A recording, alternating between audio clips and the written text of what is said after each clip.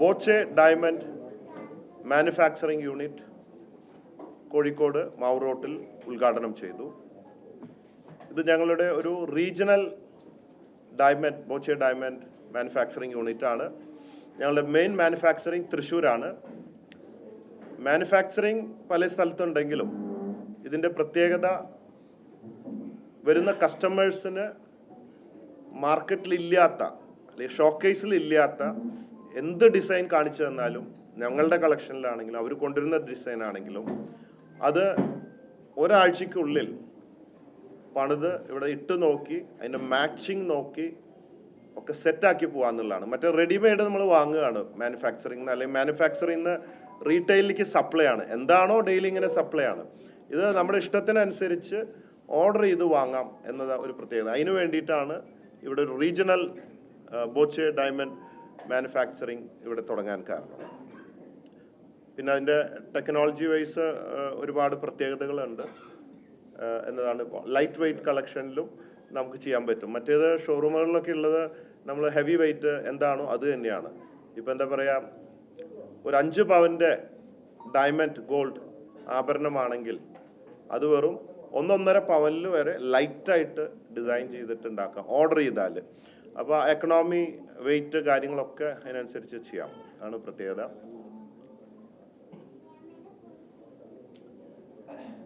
പിന്നെ any questions? ഇപ്പോൾ ഇതാണ്. പിന്നെ ചെറിയ ചെറിയ യൂണിറ്റുകളുണ്ട്, പക്ഷെ മെയിൻ തൃശ്ശൂരാണ്. ഇപ്പോൾ റീജിയണൽ ലെവലിൽ ഇവിടെയാണ് ഇപ്പോൾ ഉള്ളത്.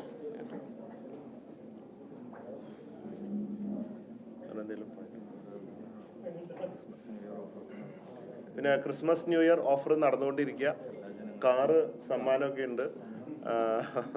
അപ്പോൾ കാറില്ലാത്തവരും കാറുള്ളവർക്ക് രണ്ടാമത്തെ കാറ് സ്വപ്നം കാണുന്നവർക്കൊക്കെ ഇവിടെ വന്ന് ഗ്രാൻഡ് വിറ്റാറ അതെ 5 ഇലക്ട്രിക് സ്കൂട്ടർ ഇതൊക്കെയാണ്. അതെ, സ്വർണ്ണം എവിടെ നിന്നും വാങ്ങാം, പക്ഷെ സ്വർണത്തിനൊപ്പം കാറും സ്കൂട്ടറും കൊണ്ടുപോകണമെങ്കിൽ ബോബി ചെമ്മണ്ണൂരിൽ വരണം.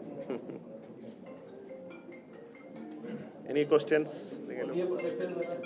പുതിയത് ബോച്ചെ ഗോൾഡ് ആൻഡ് ഡയമണ്ട് ഇപ്പൊ ബോബി ചെമ്മണ്ണൂർ ജ്വല്ലേഴ്സ് ആണ് ഇപ്പൊ ഉള്ളത്. Now Boche gold and diamond എന്ന ബ്രാൻഡിൽ ഒരു 100 എണ്ണം 1 to 2 ഇയേഴ്സിനുള്ളിൽ തുടങ്ങാനാണ്.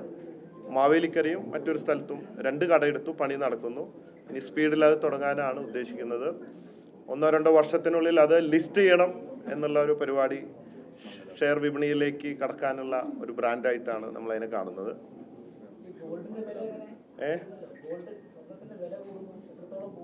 സ്വർണ്ണവില കൂടി 1 ലക്ഷം ആവാൻ 2000 രൂപയുള്ളപ്പോൾ ഞാൻ ദുബായിലുണ്ടായിരുന്നു. അപ്പോൾ അവിടെ ഏതോ ചാനൽ വന്ന് ഒരു ഇൻ്റർവ്യൂ ആണെന്ന് പറഞ്ഞു.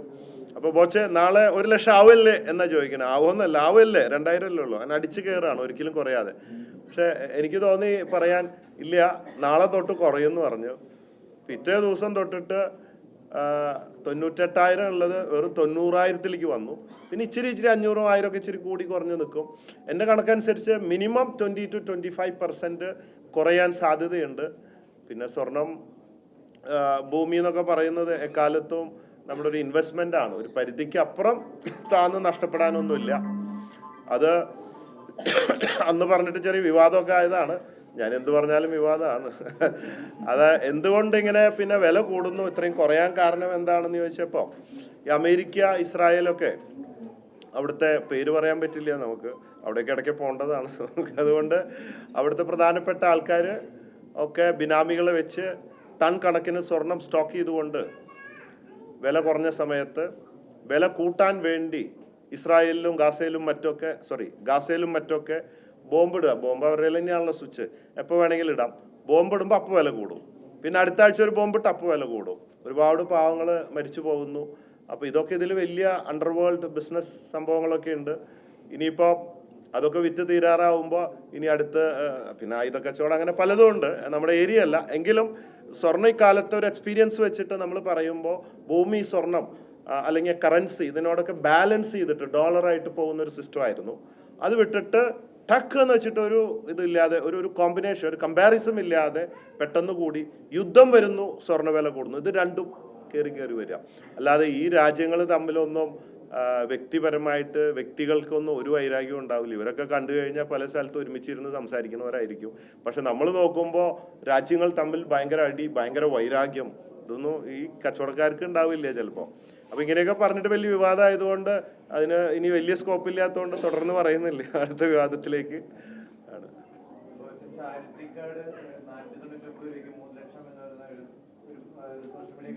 അയ്യോ,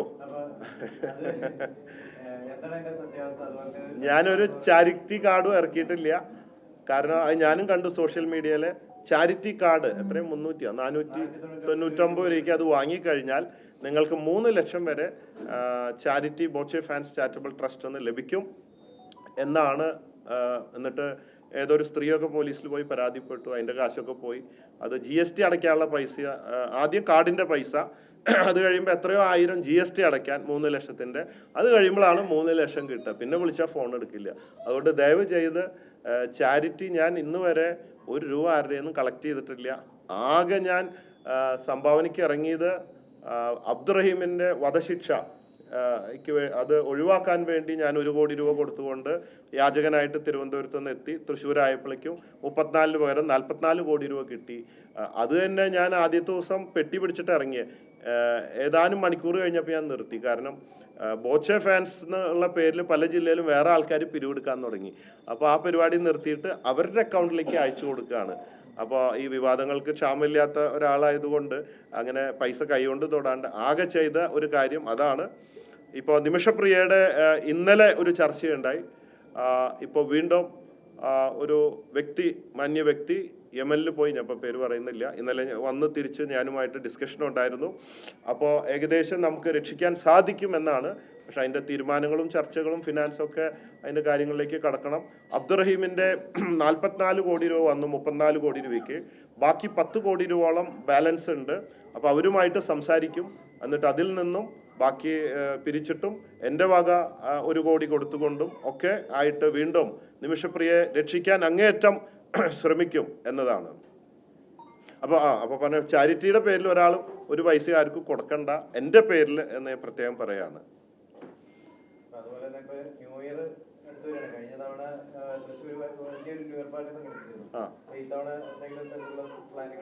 ന്യൂ ഇയർ പിന്നെ ആഘോഷിക്കണമല്ലോ, എല്ലാ വർഷവും നമ്മൾ ആഘോഷിക്കും.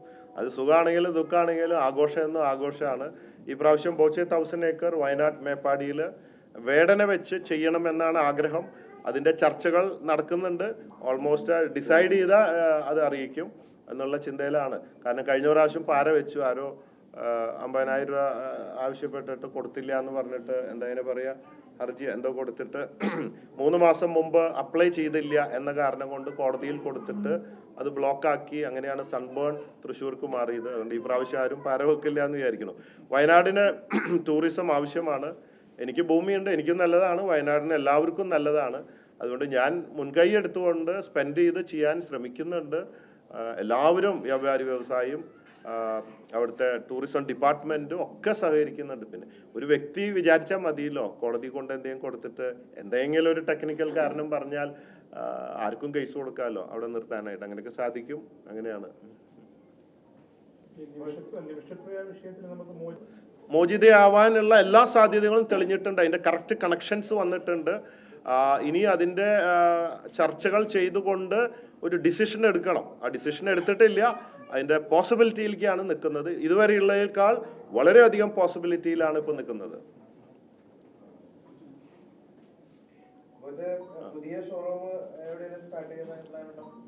പുതിയ മംഗലാപുരത്ത് വലിയൊരു ഷോറൂം വരുന്നുണ്ട്.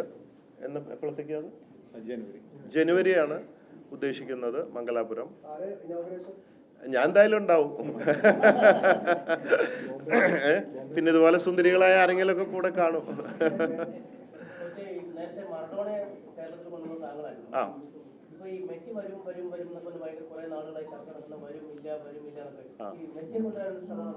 അതിപ്പോഴത്തെ ഒരു സമയത്ത് അതൊരു വിവാദമാവാൻ ഞാൻ ഉദ്ദേശിക്കുന്നില്ല.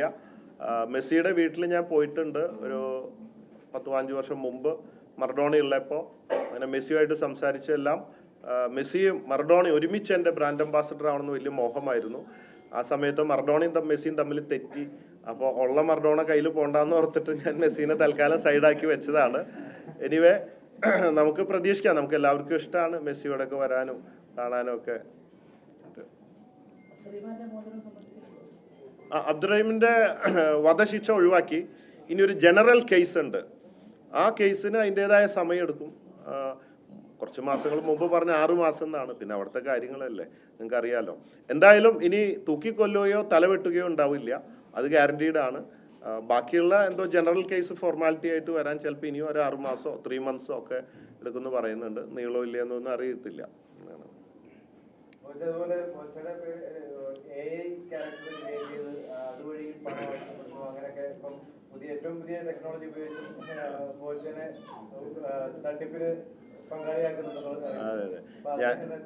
ഞാൻ AI വെച്ചിട്ട് ഞാനും മർഡോണിയനൊക്കെ വെച്ചിട്ട് ഒരു സൂപ്പർ ഹീറോ വെബ് സീരീസ് ഇറക്കണം എന്ന് വിചാരിച്ചു. പക്ഷെ ആ ടെക്നോളജി എന്നേലും സ്പീഡിൽ എന്നെ വെച്ചിട്ട് ഇറക്കിയിട്ട് പലരും എൻ്റെ വോയിസ് എൻ്റെ ഫോട്ടോ ഒക്കെ കാണിച്ച് പലയിടത്തു നിന്നും പൈസ വാങ്ങുക, തട്ടിപ്പ് നടത്തുന്നുണ്ട് ഒരുപാട്. അതിനെതിരെ നമ്മൾ പോലീസിലൊക്കെ പരാതി കൊടുത്തിട്ടുണ്ട്. അങ്ങനെയാണ്. ഇനി ഇപ്പോഴത്തെ ലേറ്റസ്റ്റ് ഒരു സംഭവം, നിങ്ങൾ സോഷ്യൽ മീഡിയയിൽ ഒരു ഓൺലൈൻ മാധ്യമം 2012 കാലഘട്ടത്തിൽ ബോബി ചെമ്മണ്ണൂരിൻ്റെ സെയിൽസ് ടേൺ ഓവർ വെറും 66 കോടി രൂപയാണ് എന്ന് പറഞ്ഞൊരു കുപ്രചരണം നടന്നിരുന്നു. സത്യത്തിൽ ആ സമയത്ത് 2300 ചില്ലാൻ കോടി രൂപയാണ് എൻ്റെ സെയിൽസ് വിറ്റുവരവ്. ഇപ്പോൾ 7000 കോടി രൂപയാണ്. അവിടെ അവരുപയോഗിച്ച ബുദ്ധി, നിയമപരമായിട്ട് ഇപ്പോൾ അവർക്കെതിരെ കേസ് കൊടുത്തെങ്കിലും വക്കീൽ പറയുന്നത് നിയമപരമായിട്ട് ഒരു ജ്വല്ലറിയുടെ ഒരു കടയുടെ മാത്രം വിറ്റുവരവ് വിവരാവകാശം വെച്ചെടുക്കുക, എന്നിട്ട് പറയാം ഇതാണ് വിറ്റുവരവ്, ശരിയല്ലേ? പക്ഷെ ഗ്രൂപ്പിന്റെ മൊത്തം അല്ലെങ്കിൽ ഒരു കടയുടെ ആണെന്ന് പറയാതിരിക്കുക. അതായത് ഇതുപോലെയുള്ള ബ്രാൻഡുകൾ കൊട്ടേഷൻ എടുത്തുകൊണ്ട് നശിപ്പിക്കാൻ വേണ്ടി നമ്മുടെ സെയിൽസിനും, കാരണം ഈ ബ്രാൻഡുകൾക്കാണ് നാളെ ഷെയർ മാർക്കറ്റിലൊക്കെ പോകുമ്പോൾ 10,000-25,000 കോടിയുടെയൊക്കെ നമ്മുടെ ബ്രാൻഡ് വാല്യൂ കിട്ടുക അവിടെയാണ് നമ്മൾ. അപ്പോൾ അതിനു വേണ്ടിയാണല്ലോ നമ്മൾ ഇതൊക്കെ ചെയ്ത് മുമ്പോട്ട് കൊണ്ടുപോകുന്നത്. അങ്ങനെ അടുത്തെത്തി നിൽക്കുന്ന സമയത്ത്, ഷെയർ വിപണിയിലേക്ക് കടക്കാൻ നിൽക്കുന്ന സമയത്ത് വന്നുകൊണ്ട് ഒരു കടയുടെ ഷെയർ എടുത്തിട്ട് മൊത്തം കടകളുടെ ഷെയർ സെയിൽസ് ഇതാണ് എന്ന് തെറ്റിദ്ധരിപ്പിക്കുക. 7000 കോടി വിറ്റുവരവുള്ളപ്പോൾ വെറും 66 ആണ് ഒരു കടയുടെ അടുത്ത് തെറ്റിദ്ധരിപ്പിക്കുക. അല്ലെങ്കിൽ 56 ബ്രാഞ്ചുകളുണ്ട്, എനിക്ക് 23 തരം ബിസിനസ്സുകളുണ്ട്, അതിൽ ഏതാനും ബ്രാഞ്ചുകൾ നഷ്ടത്തിലായാൽ പറയാ ബോച്ചെ കമ്പനി നഷ്ടത്തിലായി, അപ്പോൾ ആൾക്കാർ വിചാരിക്കും മൊത്തം നഷ്ടത്തിലാണെന്ന്. അങ്ങനെയുള്ള പ്രചരണങ്ങളൊക്കെ നടത്തിയിട്ട് ഈ ഇൻവെസ്റ്റേഴ്സ്, ഷെയർ ഹോൾഡേഴ്സിനെ ടെൻഷൻ അടിപ്പിക്കുക, പാനിക് ആക്കാവുന്ന തരത്തിലുള്ള ആ ജാതി കൊട്ടേഷനുകളൊക്കെ എടുത്തിട്ട് വരുന്നുണ്ട്. പിന്നെ നമ്മുടെ ഷെയർ ഹോൾഡേഴ്സൊക്കെ എത്രയോ വർഷങ്ങളായിട്ട് നമ്മുടെ കൂടെയാണ്. കഴിഞ്ഞ 163 വർഷമായിട്ട് ഇന്ന് വരെ ഈ ബോബി ചെമ്മണ്ണൂർ അല്ലെങ്കിൽ ചെമ്മണ്ണൂർ ഗ്രൂപ്പിനെ കുറിച്ചിട്ട് ഇന്ന് വരെ ഒരു ബ്ലാക്ക് മാർക്ക് ഇല്ല. ഇൻവെസ്റ്റ് ചെയ്ത ഒരാൾക്ക് അവരുടെ ലാഭം മുതൽ കിട്ടിയില്ല എന്ന് ഒരു കുട്ടിക്കും പറയാൻ പറ്റില്ല. അത് ഓപ്പണായിട്ട് എല്ലാ കാലത്തും ഞാൻ ചാലഞ്ച് ചെയ്യുന്നതാണ്. ഞാൻ 90 തൊട്ടിട്ട് കോഴിക്കോട് കച്ചവടം ചെയ്യുന്നുണ്ട്. ഈ 35 വർഷമായിട്ടും ഒരു കുട്ടിക്ക് വരെ ഇന്ന് അവരുടെ പൈസ നഷ്ടപ്പെട്ടു എന്ന് പറയാൻ പറ്റില്ല. പിന്നെ ഞാൻ എന്ത് കച്ചവടം തുടങ്ങിയാലും അതിനെതിരെ അപ്പോൾ 1-2 ഓൺലൈൻ അടിക്കും. ഞാൻ പബ്ബ് തുടങ്ങിയപ്പോൾ അതിൽ 500 പേര് ഭക്ഷണം കഴിച്ചിട്ടും 2 പേർക്ക് വയറിളകി. ഒരു ഹോസ്പിറ്റലിൽ പോയി അഡ്മിറ്റായി.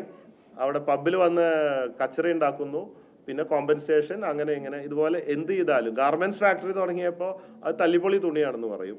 അപ്പോൾ എന്താ പറയുക, ഇതുപോലെ സ്ഥിരമായിട്ടുണ്ടാവുന്ന ഒരു കാരണമാണ്. വേറെ എനി ക്വസ്റ്റ്യൻസ്?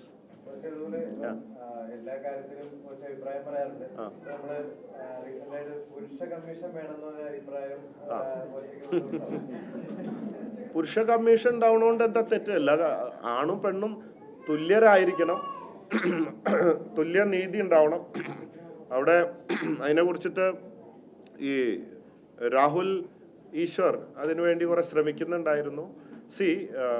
പുരുഷനായാലും സ്ത്രീ ആയാലും അസത്യമായ കാര്യങ്ങൾ വരുമ്പോൾ അത് കണ്ടുപിടിക്കാനും അതിനുള്ള ഒരു നീതി ഉറപ്പാക്കാൻ വേണ്ടുന്ന സംവിധാനങ്ങൾ എല്ലാവർക്കും വേണം. പ്രത്യേകിച്ച് ഇച്ചിരി പേരുണ്ടായിപ്പോയി, അല്ലെങ്കിൽ ഒരു ബ്രാൻഡാണ് അല്ലെങ്കിൽ ഒരു സെലിബ്രിറ്റി ആണെങ്കിൽ കൂടുതലായിട്ട് ഇതുപോലെയുള്ള പരാതികൾ, സത്യമായിട്ടുള്ള പരാതികളും വരും, അല്ലാത്തതും വരും. അതൊക്കെ ഉണ്ട്. അപ്പം അതിന് വേണ്ടിയിട്ട് ഒരു തെറ്റുമില്ല, അതിന് വേണ്ടിയിട്ട് ചോദിച്ചുകൊണ്ട് പറഞ്ഞു എന്ന് മാത്രം. പിന്നെ അരശ വെക്കാത്ത എന്ന് ചോദിച്ചിട്ടുണ്ടായിരുന്നു. ഇത് കുത്തിക്കൊള്ളുമ്പോൾ ഒരു സുഖമില്ല എന്ന് സ്വന്തം ഭാര്യ പറയാറുണ്ട്. അതുകൊണ്ടാണ് മീശ വെക്കാത്തത്. ഇത് ഇവിടെ വെച്ചിട്ട് ആരാ ചോദിച്ചു മോശം മീശ വെക്കാത്ത? അത് സ്വകാര്യമായിട്ട് ചോദിക്കണേ. എൻ്റെ അടുത്ത് എന്തോ ഓപ്പൺ ആയിട്ട് ചോദിച്ചോളൂ. എനിക്കൊന്നും മറച്ചു വെക്കാനില്ല. എല്ലാം തുറന്ന് കാണിക്കില്ല. എല്ലാം തുറന്ന് പറയുന്ന ആളാണ്. ഇത് പ്രശ്നമൊന്നുമില്ല.